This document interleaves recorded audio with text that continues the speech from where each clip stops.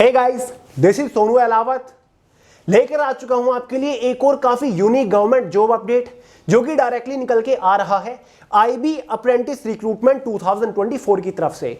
IB मतलब Indian bank, जो कि भारत का एक बहुत बड़ा पब्लिक सेक्टर बैंक है, मतलब गवर्नमेंट बैंक है, जिसके अंदर अप्रेंटिस की पोस्ट के ऊपर वैकेंसीज आ चुकी है। देखिए दोस्तों, ये एक ऑल इंडिया की वैकेंसी है, मेल और फीमेल दोनों ही कैटेगरी कैंडिडेट एलिजिबल है। देखिए दोस्तों, इस रिक्रूटमेंट का एक सबसे बड़ा प्लस पॉइंट तो यही है कि ये एक single day exam based recruitment है। केवल एक सिंगल एग्जाम के बेसिस पर आपको फाइनल सिलेक्शन मिल जाएगा। और दूसरा प्लस पॉइंट ये है कि जहां पर भी आप चाहोगे वहीं पर आपकी जॉब लोकेशन मतलब फाइनल पोस्टिंग लोकेशन रहेगी। तो एक तरीके से काफी यूनिक और इंटरेस्टिंग जॉब अपडेट है। तो आगे इस वीडियो में इस वैकेंसी की रिगार्डिंग कंप्लीट डिटेल्स आपको प्रोवाइड करूंगा। इसका detail selection procedure step by step आपको समझाऊंगा।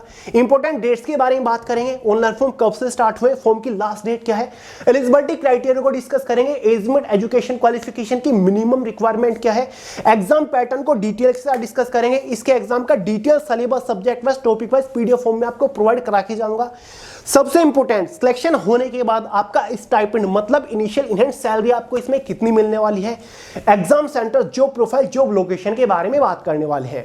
दोस्तों, अगर आप इस वैकेंसी को लेकर थोड़े से भी इंटरेस्टेड है ना, तो वीडियो को पूरे ध्यान से आखिर तक जरूर देखिएगा, क्योंकि दोस्तों ये पहला मौका है कि इंडियन बैंक के अंदर अप्रेंटिस की इतनी बढ़िया वैकेंसी निकल के आई हो।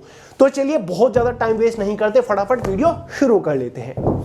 जैसे कि मैंने आपको शुरुआत में बताया, अप्रेंटिस की ये वैकेंसी इंडियन बैंक के अंदर निकल के आई है, जो कि भारत का एक बहुत बड़ा पब्लिक सेक्टर बैंक है, जिसको हम गवर्नमेंट बैंक भी बोल सकते हैं। जिसके अंदर अप्रेंटिस की टोटल वैकेंसीज 1500 निकल के आ चुकी है। जनरल कैटेगरी के लिए 680 वैकेंसी है, ओबीसी के लिए 351, ईडब्ल्यूएस के लिए 137, एससी के लिए 255, एसटी कैटेगरी के लिए 77 वैकेंसी है। ये total number of vacancies category wise तो डिवाइडेड है, साथ ही स्टेट वाइज भी वैकेंसीज को डिवाइड किया गया है, जैसे कि आपको स्क्रीन के ऊपर दिखाई दे रहा होगा। और हां दोस्तों, एक बात का ध्यान रखिएगा, जिस भी स्टेट से आप फॉर्म अप्लाई करोगे, आपकी फाइनल पोस्टिंग लोकेशन मतलब जॉब लोकेशन भी उसी स्टेट में रहेगी। तो आपके पास फुल फ्रीडम है, जिस भी स्टेट से आप चाहो उस स्टेट से फॉर्म अप्लाई कर सकते हो, फिर चाहे आप भारत के किसी भी स्टेट से ही बिलोंग क्यों ना करते हो।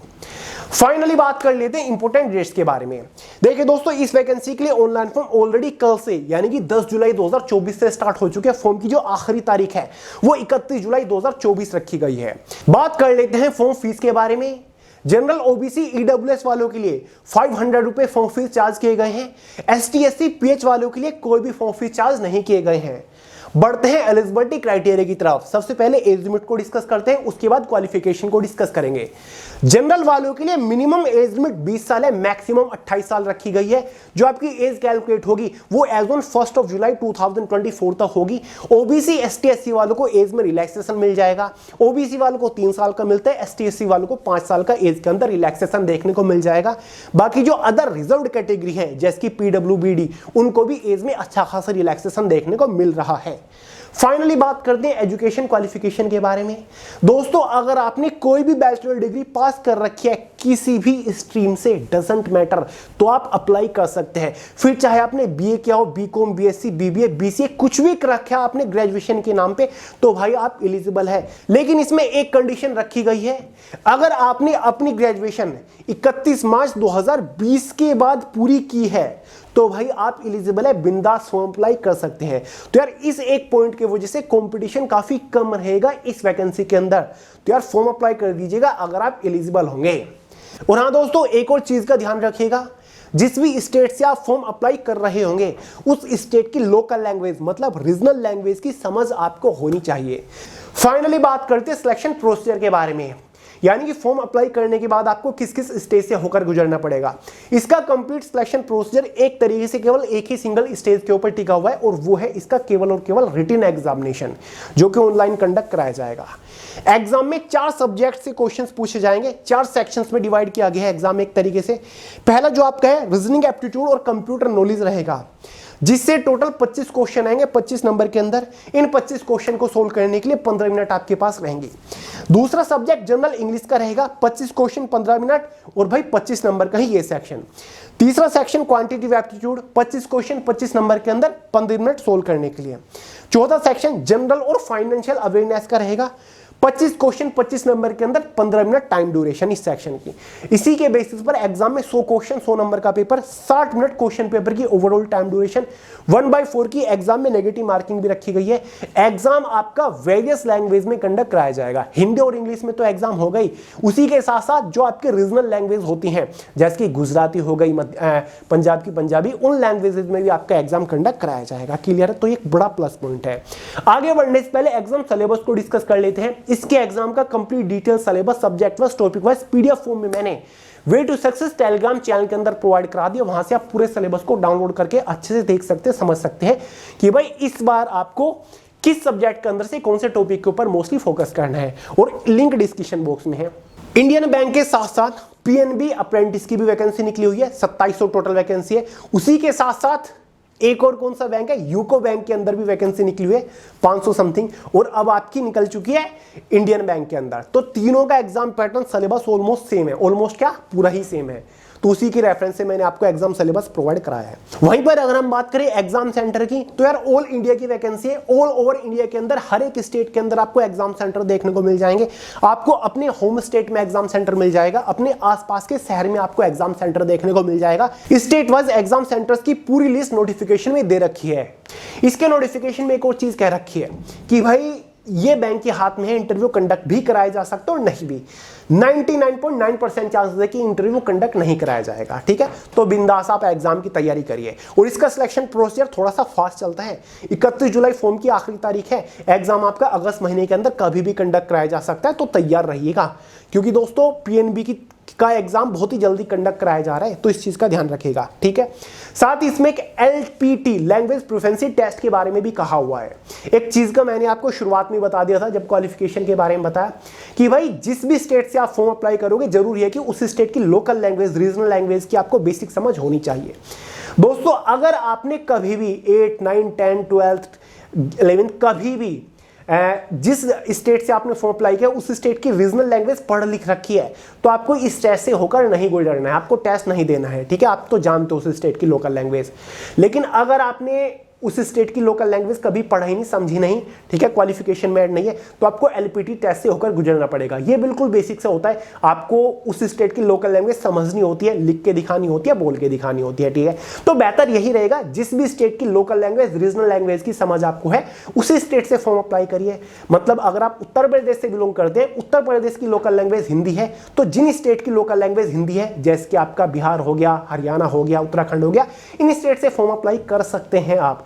बाकी अगर ऐसा हो गया आप उत्तर प्रदेश से बिलोंग करते हैं, यहाँ की तो लोकल लैंग्वेज हिंदी है, आप गुजरात से फॉर्म अप्लाई कर रहे हो, वहां की लोकल लैंग्वेज गुजराती है, तो भाई फिर आपको एलपीटी टेस्ट से होकर गुजरना पड़ेगा। आपको गुजराती लिखकर बोलकर समझानी होगी, मतलब समझ के दिखानी होगी। तो ये इसका फंडा होता है। तो वैसे ही हर एक स्टेट में भर भर के वैकेंसी निकली है, बिंदास अपने स्टेट से फॉर्म अप्लाई करिए, आपके होम स्टेट में जॉब लोकेशन रह जाएगी। तो फाइनली बात करते हैं दोस्तों, फाइनल सिलेक्शन किस बेसिस पर होगा। फाइनल सिलेक्शन तो एग्जाम के मार्क्स के बेसिस पर होगा। 100 नंबर का पेपर है, तो भाई एक फाइनल मेरिट बन जाएगी 100 नंबर में से, जो कि कैटेगरी वाइज, स्टेट वाइज रहेगी। मतलब Uttar Pradesh general OBC ST से कट ऑफ ये है, हरियाणा जनरल ओबीसी एसटी से कट ऑफ है, बिहार, दिल्ली, इस तरीके से कट ऑफ बन जाएगी। फाइनल आपका सिलेक्शन हो जाएगा। सिलेक्शन होने के बाद सैलरी कितनी मिलेगी भैया, देखिए दोस्तों, अप्रेंटिस है आपकी, तो यहाँ पर आपको स्टाइपेंड मिलता है। सैलरी हम बोल देते हैं ताकि आप चीजें अच्छे से समझ जाओ।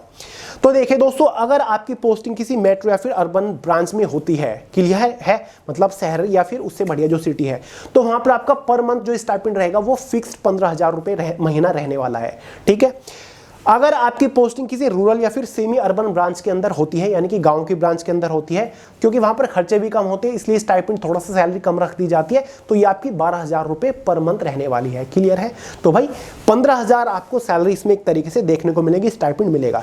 जॉब लोकेशन ऑलरेडी आपको बता चुका हूं, जिस भी स्टेट से फॉर्म अप्लाई करोगे उसी स्टेट में आपकी जॉब लोकेशन रहेगी। बिलोंग आप उत्तर प्रदेश से करते हो, फॉर्म अप्लाई कर रहे हो आप पंजाब, गुजरात या फिर दिल्ली, तो भाई इन स्टेट्स के अंदर ही आपकी जॉब लोकेशन चली जाएगी। और दोस्तों इतना इतना ही नहीं, इसके नोटिफिकेशन में जॉब लोकेशन की स्टेट वाइज डिस्ट्रिक्ट वाइज सारी इंफॉर्मेशन दे रखी है, किस स्टेट के अंदर कौन कौन से डिस्ट्रिक्ट के अंदर वैकेंसीज है, किस डिस्ट्रिक्ट के अंदर आपकी पोस्टिंग हो सकती है। तो यार ये काफी बेहतर लगा मुझे। अप्रेंटिस पीरियड कि भैया कितने महीने की ट्रेनिंग है, कितने साल की ट्रेनिंग है। अप्रेंटिस है तो जाहिर सी बात है एक लिमिटेड टाइम तो आपके पास रहेगा, तो भाई 12 महीने की ट्रेनिंग है, 12 महीने का अप्रेंटिसशिप पीरियड है। अब इसके बाद आपको एक बहुत ही बेहतरीन अप्रेंटिसशिप सर्टिफिकेट मिलता है, आपके पास एक जबरदस्त एक्सपीरियंस होता है एक बहुत ही बड़े पब्लिक सेक्टर बैंक के साथ काम करने का, और काफी ज्यादा चांसेस होते हैं कि उसी बैंक के अंदर आप परमानेंट भी हो जाओ, क्योंकि दोस्तों केवल डिपार्टमेंट के अंदर घुसने की देरी है। जैसे आप घुस जाते हो 1 साल के लिए भले, तो आप कुछ ना कुछ जुगाड़ लगा लेते हो उस बैंक के अंदर परमानेंट होने की, क्योंकि काफी सारी इंटरनल अपॉर्चुनिटी निकलती रहती है उस ब्रांच या फिर उस बैंक के अंदर, उस डिपार्टमेंट के अंदर। तो आप अपना खुद जुगाड़ कर सकते हो, बहुत बड़ी बात नहीं है, मैंने बहुत सारे लोगों को देखा है, उस बेसिस पर आपको बता रहा हूं। बात करते हैं जॉब प्रोफाइल के बारे में, यानी कि सिलेक्शन होने के बाद आपको काम क्या करना पड़ेगा। जॉब प्रोफाइल आपकी क्लरिकल रहेगी, मतलब आपको ब्रांच के अंदर क्लरिकल काम करना है, मस्त 9 to 5 की जॉब आपकी रहेगी। तो आप कंप्यूटर बेस्ड, कंप्यूटर रिलेटेड काम कर रहे होंगे, ऑफिस सेक्शन के अंदर रहकर, कोई भी फील्ड ड्यूटी या फिर फिजिकल ड्यूटी आपकी नहीं होने वाली है। तो दोस्तों ये थी इंडियन बैंक अप्रेंटिस की वैकेंसी की सारी जानकारी। अगर फिर भी कोई डाउट हो, कोई सवाल हो, बिंदास कमेंट करके पूछ लीजिएगा, आपके कमेंट का आंसर करने की पूरी कोशिश करूंगा, वरना सोनू अहलावत के नाम से इंस्टाग्राम के ऊपर भी मिल जाऊंगा। इस वीडियो में इतना ही था, पसंद आई हो लाइक करिएगा, दोस्तों के साथ शेयर करिएगा, चैनल को सब्सक्राइब करना मत भूलिएगा। मिलते हैं अगली वीडियो में बहुत ही जल्द, तब तक के लिए जय हिंद।